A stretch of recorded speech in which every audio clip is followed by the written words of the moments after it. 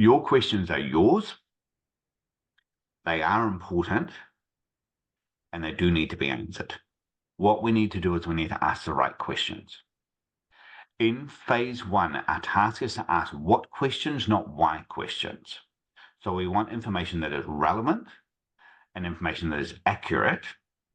Therefore, it needs to be verifiable, because the verifiability verifies or disproves trustworthiness, because we need to know about trustworthiness if we're thinking about the relationship. Even if we're not thinking about the relationship, we still want to know about trustworthiness. Okay? We can get information that can be verified. It's going to minimize searing and the amygdala to some extent. Challenges: you have overwhelm, you're overwhelmed, the betrayer is often overwhelmed as well. We have the issues of self-protection, mostly a betrayer problem. Sometimes you might be not wanting to know stuff because you're trying to protect yourself. That's fantastic. That will actually keep you out of the why spiral, so it's less of a problem. And then you have the issue of absorption, which is your problem. So you're trying to survive. And so your ability to really assimilate and take on any nuances or whatever from what your partner is saying is limited. So ideally, the delivery method would be very linear, but normally the ship has sailed. By the time you've got this information, you've had the discovery, you've probably asked a whole bunch of questions already. So what we have is we have a what checklist you can use to ask your questions, and what we want you to do is write them down. Write down the answers to those, because that helps you with the verifiability. Okay? And then all of your other questions, which are not on that list, write them down in the spreadsheet, because they do need to be answered. They just don't need to be answered in phase one. They're not relevant to survive, to keep your head above water. And we can move that stuff into the phase 2 and 3. And this spreadsheet will be available along with the other resources, so you can just download, make your own copy, save it. You can bring it into your therapy. And as you can see, they're very concrete. What kind of affair is it? Is it a sexual or emotional affair? You do not need all of the answers on what happened, who did what and where, and all of those kind of things. Was it a sexual affair? Yes or no? Was it an emotional affair? When did it start?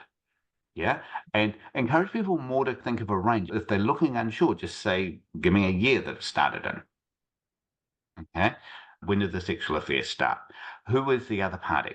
Now, sometimes that one can be a little bit challenging, can be a little bit conflictual, but is it someone that I know? Is it someone that's been in my house? Okay. Because that runs to safety. Have they been in our bedroom? Also runs to safety. Okay. Has it finished? And the person is going to be, I think so.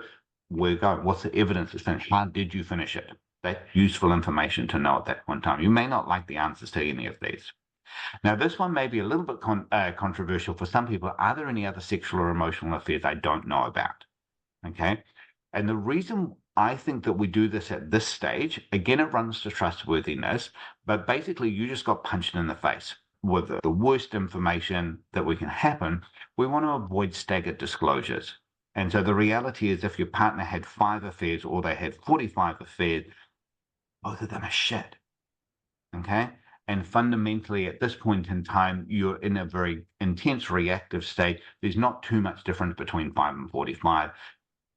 Hearing, oh, there was 5, oh, actually, no, it was 8, no, or there was 12, no, there was 22.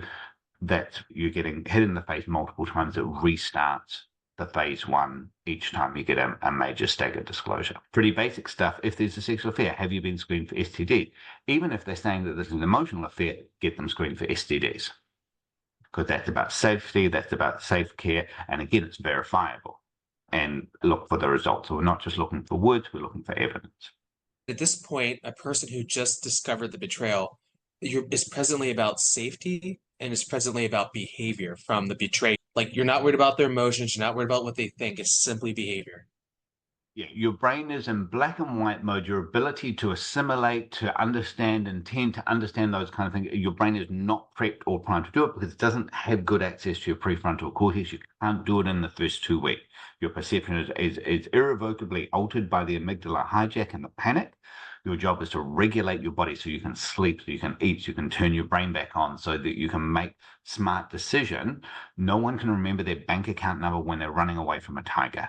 No one can work out what emotional safety feels like when they're running away from a tiger. It's just not how we're designed. So our job in those first couple of weeks is just to help you regulate, because if you do that, you have some options, because you get access to your brain.